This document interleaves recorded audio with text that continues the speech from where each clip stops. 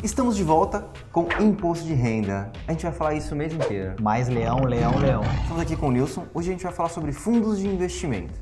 Fundos de investimento. Antes de falar sobre fundos de investimento, vamos falar de você se inscrevendo no nosso canal, compartilhando esse conteúdo, participando com a gente, espalhando, porque só assim a gente vai conseguir criar cada vez mais conteúdo legal, viu?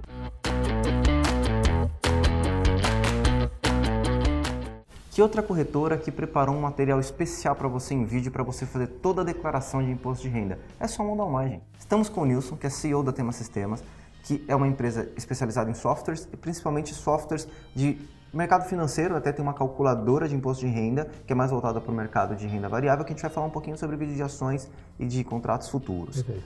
E a gente vai falar um pouquinho de fundos de investimento. A gente tem na prateleira fundos de investimento de ações, fundos multimercado, fundos de renda fixa. Se você ficou com dúvida de como você paga o imposto de renda nesses investimentos, eu e o Conrado fizemos um vídeo especial que você pode acessar clicando aqui no link à direita. Agora, a gente vai falar um pouquinho hoje não de recolhimento, mas sim da declaração do imposto quando você tem aplicação em fundos. Okay.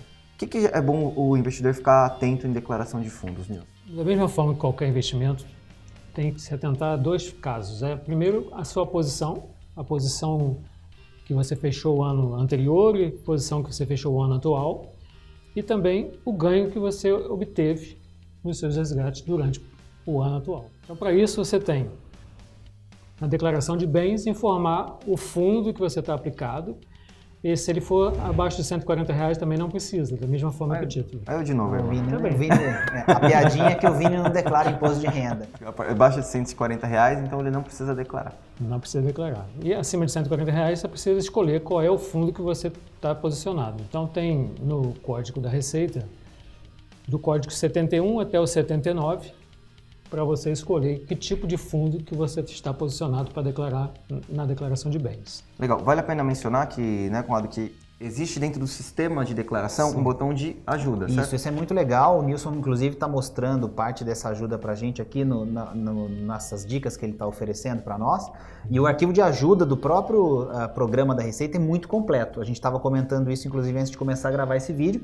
Como sugestão, se tiver dúvida, acessar a ajuda. Sempre. E também tem o famoso perguntão, né, que é um arquivo que a Receita solta todo ano. Está no site da Receita Federal, é só pesquisar no Google perguntão. A gente pode colocar um link depois aqui também, resumido, para você acessar. Lá também, né, Nilson, tem muitas dúvidas comuns de imposto de renda respondidas pela própria equipe da Receita. Perfeito. As dúvidas comuns e até as mais complexas estão lá bem esclarecidas. Legal. Como que a gente começa, então, Nilson, essa questão dos fundos dentro do programa da Receita? Como é que a gente faz? Bens e direitos, como é que a gente vai lá dizer posição em 2016, posição em 2017, por exemplo? De posse do informe de rendimento que a corretora lhe deu, você vai localizar saldos, né? Dentro dos saldos tem lá qual a posição que você tinha em 2016, qual a posição que você tinha em 2017, e aquele valor que está ali dentro é o valor da aquisição, quanto você pagou para ter aquelas cotas.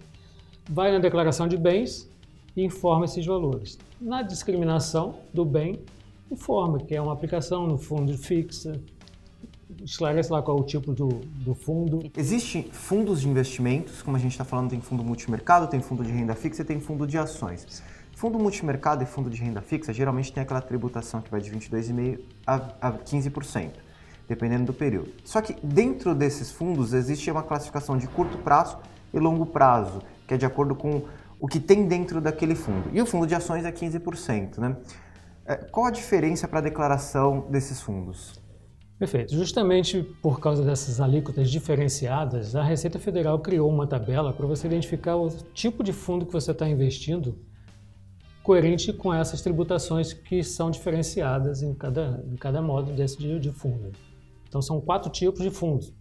Fundo de curto prazo, fundo de longo prazo, e cada um tem o seu código. Você verifica isso na hora de declarar, na declaração de bens e olhando a tabela da Receita Federal. Tabela essa que está na tela para você ver. Então você pode olhar 71 é fundo de curto prazo e 72 é fundo de longo prazo e 74 são fundos de ações e outros tipos. Lembrando, Vini, que essa informação, se ela não estiver disponível no informe de rendimentos exatamente com essas palavras, o investidor encontra na lâmina do próprio fundo que ele investiu. Então, acessando a plataforma, olhando lá no seu extrato, vai ver qual é o fundo que ele investiu ou que ele mantém em posição, vai na lâmina e lá na lâmina está detalhado direitinho qual é a característica daquele fundo para usar o código correto, segundo o que o Nilson falou. Então, quando ele vai na declaração, ele vai na tela de bens e direitos. E na discriminação você Detalha melhor. Detalha essa característica do fundo, né? Entendi. Ele coloca o CNPJ, neste caso, o CNPJ da Modal Mais ou da CNPJ do fundo de Do investimento? fundo. Nesse caso, é a CNPJ do fundo, porque é o fundo onde você investiu. Entendi. Então, o CNPJ tem especificamente do fundo, cada um tem o seu CNPJ, e aqui você define. Cabe destacar que no informe de rendimento isso também vem, né? A gente pode mostrar aqui também. Tá na tela. Ressaltando aqui na tela exatamente essa informação de que o CNPJ, no caso de fundos, é o CNPJ do fundo. E aí, Sim. não da Modal Mais, porque você já assistiu os outros vídeos, a gente insistia no CNPJ, tem essa diferença, como você está vendo aqui no nosso informe de rendimentos. É isso. Ele coloca na discriminação o nome do fundo. A quantidade que você tinha de cotas em 2016, a quantidade de cotas que você tem em 2017. Se não tiver a quantidade de cotas, ele pode informar o valor que ele tinha no último dia útil de 2016 e o Pode. último dia útil que tinha em 2017. Perfeito. Que ele vai, na verdade, tem que fazer, né? Que são as situações ali embaixo, os últimos campos que ele tem que preencher, né? Esses dois aqui de baixo. Isso. Ele dá um ok, acabou. Pronto. Fundos é isso. Fundos é isso. Independente. E se for um fundo de debêntures incentivadas que tem debêntures são isentas de imposto de renda no rendimento recebido, tem alguma diferença nessa declaração? Tem até no termo que você acabou de dizer, quer dizer, esses fundos, na realidade, eles não são isentos, eles estão isentos porque a alíquota está zero. Entendi. Então, na realidade, eles são tributáveis, porém, está com a alíquota zero para a pessoa física. Tanto que para a pessoa jurídica continua pagando o imposto, só a pessoa física que não paga. Então, nesse caso, no informe de rendimentos, você pode estranhar, mas vai vir em rendimentos, não vem em rendimentos isentos e tributáveis, ele vem em tributáveis exclusivamente na fonte. Entendi. Apesar do imposto ser zero.